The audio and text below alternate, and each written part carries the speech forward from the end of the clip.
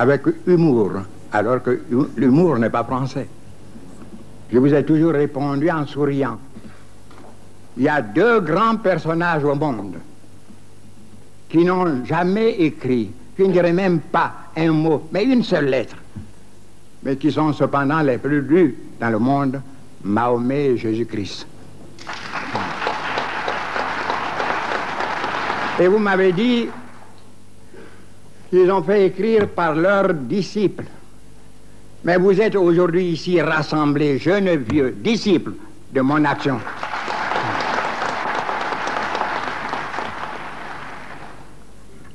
Je romps aujourd'hui avec le silence.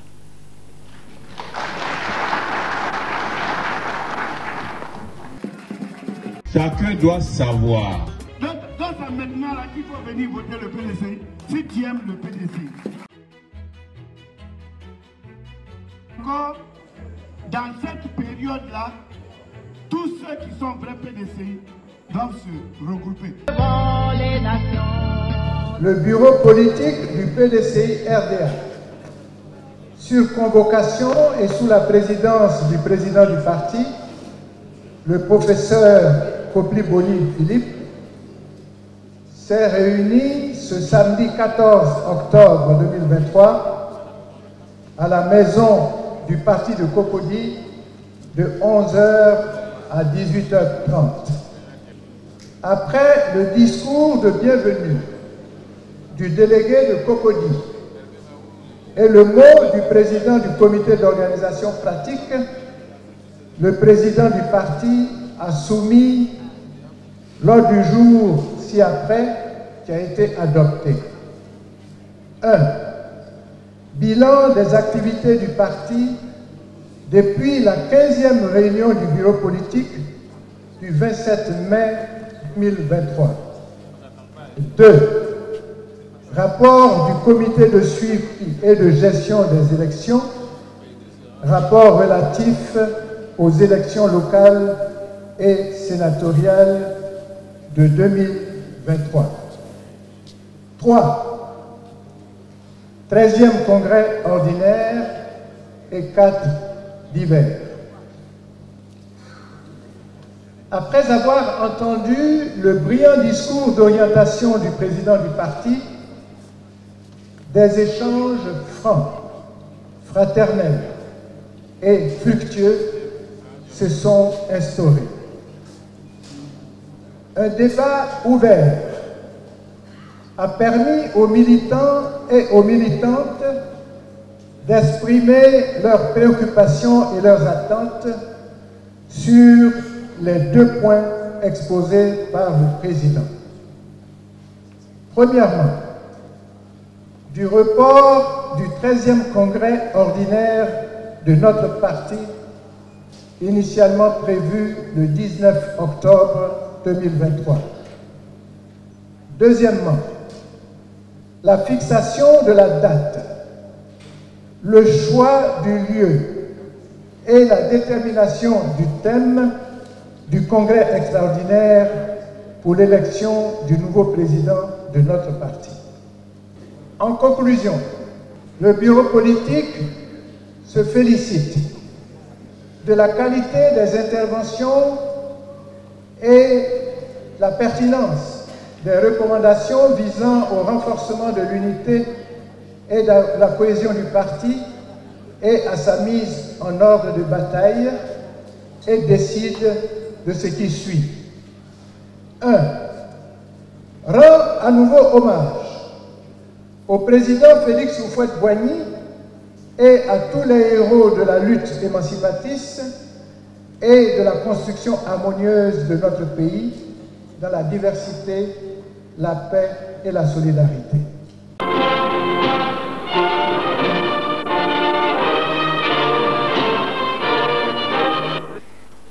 Étant moi-même un des fondateurs de ce grand mouvement de lutte émancipatrice qu'est le RDA, et assumant depuis plusieurs années des responsabilités à divers titres dans ce pays, j'ai été souvent sollicité pour livrer mon mémoire. égrener mon souvenir sur la marche difficile mais merveilleuse de notre mouvement.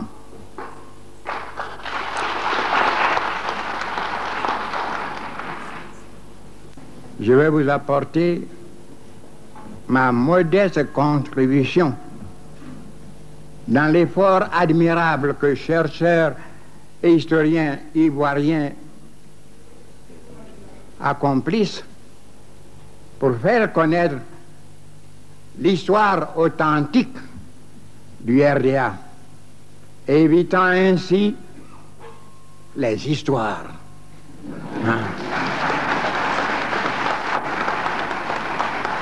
Que ceux qui ont brillé par leur absence, c'est le moins dire, veulent débuter pour masquer leur carence. Je ne vais pas passionner le débat. L'histoire est un témoignage, donc repose sur la vérité.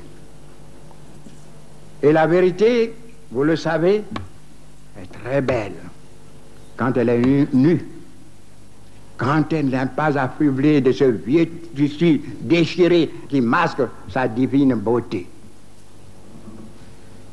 Je vais vous livrer ce que j'ai vécu.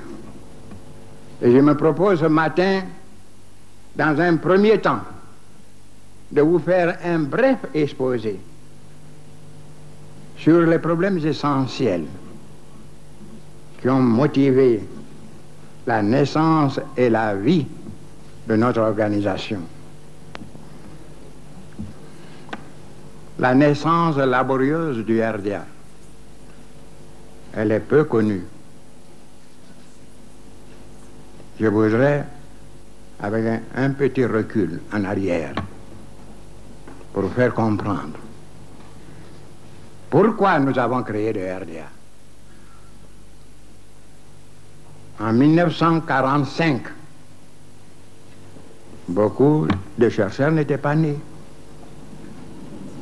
En 1945, après la grande promesse qu'il avait faite à Brazzaville en 1944, j'ai nommé le général de Gaulle, ce grand homme qui a beaucoup fait pour notre pays et dont nous ne saluerons jamais assez la mémoire. Le général de Gaulle avait promis de conduire les peuples dont la France avait la charge jusqu'à la liberté de gérer démocratiquement leurs propres affaires. C'est la raison pour laquelle, pour la première fois dans l'histoire de la République française, nous, territoire, colonie en ce temps-là, colonie française de l'Afrique, avons été sollicités pour envoyer des représentants au Parlement français, alors que seul, avant 1947, était représenté le Sénégal. Je vous éviterai des détails. La lutte est difficile que nous avons dû mener pour nous faire élire librement par nos chers compatriotes. Ce que vous deviez savoir, c'est que les candidats suscités par la colonisation, appuyés par la colonisation, ont tous été battus dans tous les territoires africains. On avait trié sur le volet la liste de ceux qui pouvaient voter. Les chefs de canton, les fonctionnaires,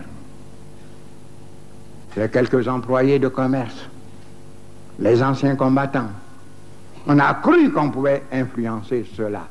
Mais dans un sursaut de conscience, ils ont dit non et ils ont voté pour les véritables défenseurs de l'Afrique. Nous voici à Paris, sur les bords de la Seine. Une poignée de jeunes gens venant défendre les libertés confisquées par la colonisation, notre dignité, il ne faut jamais oublier cela, piétinée par eux, rend hommage à son Excellence Henri Konan Bédié pour le don de sa personne, ses sacrifices au service de la sauvegarde du PDCI-RDA, du développement de la Côte d'Ivoire, ainsi que de la recherche constante de la paix et de la démocratie consensuelle dans notre pays, malgré tous les vents contraires. Le PDCI lui témoignera une reconnaissance à la hauteur de la qualité de sa mission lors de ses obsèques officielles. Le privilège de l'âge étant une réalité en Afrique,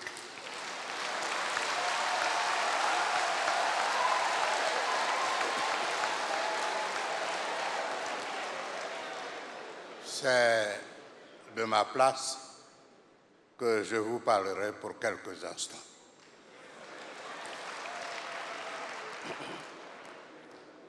Messieurs les présidents, Madame la directrice générale de l'UNESCO, Madame la lauréate, Monsieur le Président du jury, Madame la Première Dame Dominique Ouattara, Madame Thérèse Houphouët-Boigny, Madame Henriette Konan Bédié,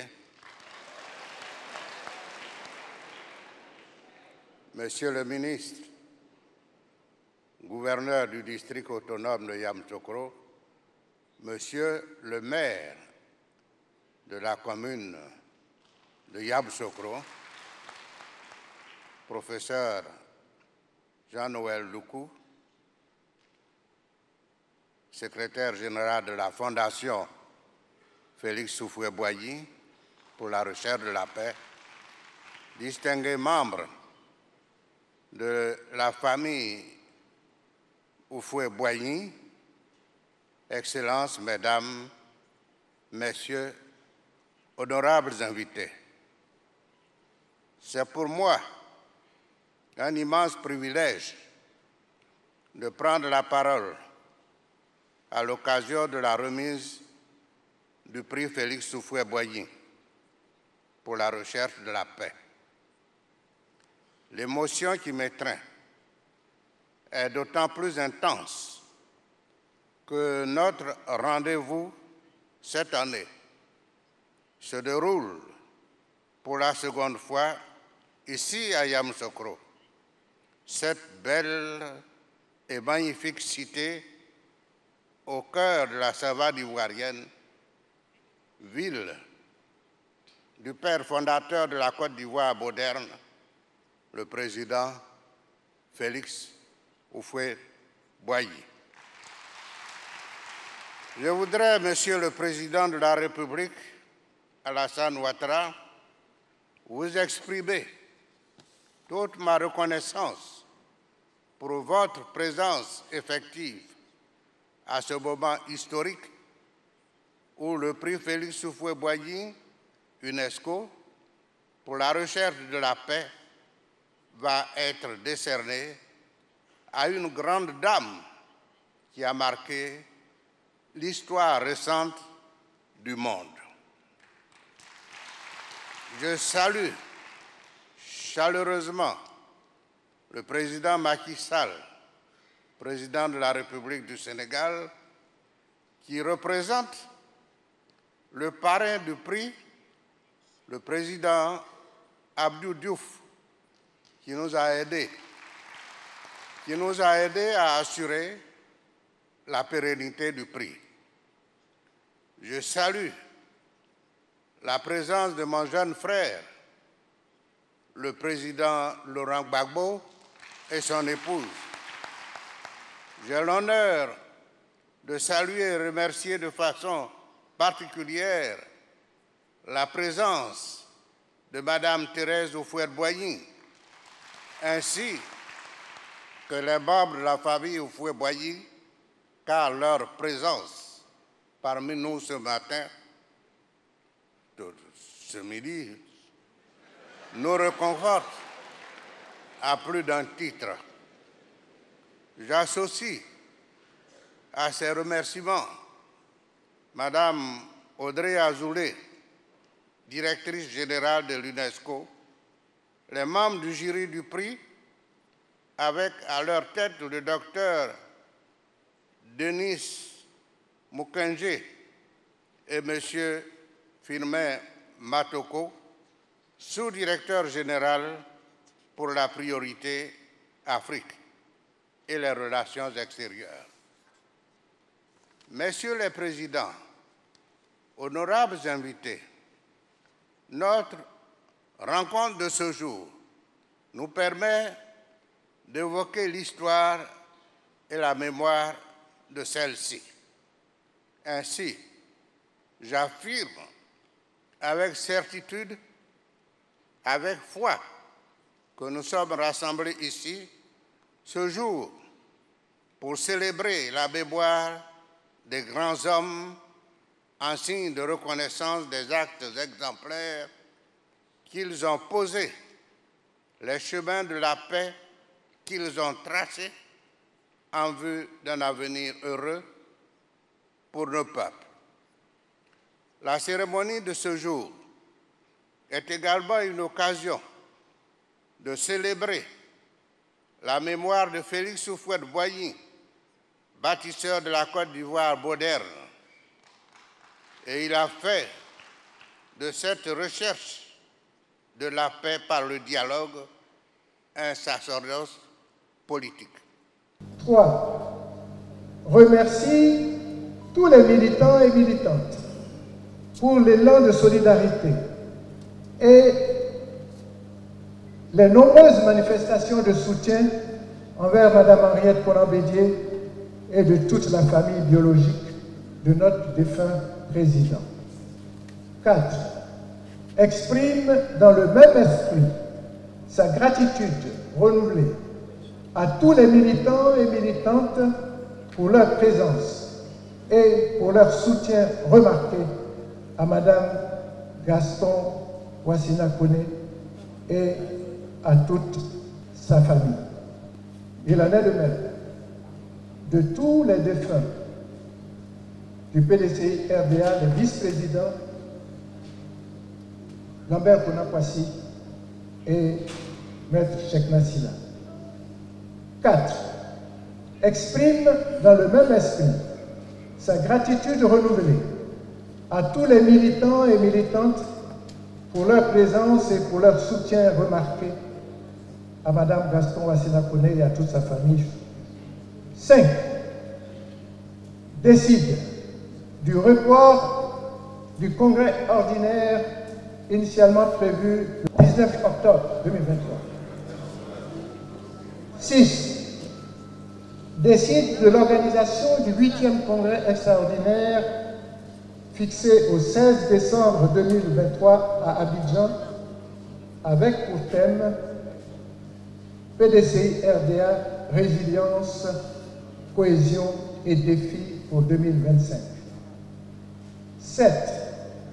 Endosse l'appel solennel du président du parti à tous les cadres, militantes et militants, relatifs au dépassement de nos divergences afin de cultiver l'esprit d'unité et de cohésion pour réussir ensemble dans l'intérêt de la Côte d'Ivoire. 8.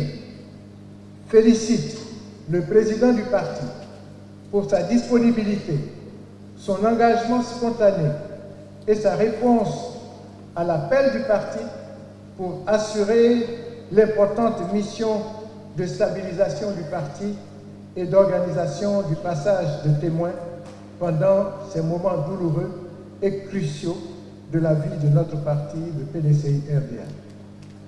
Enfin, 9.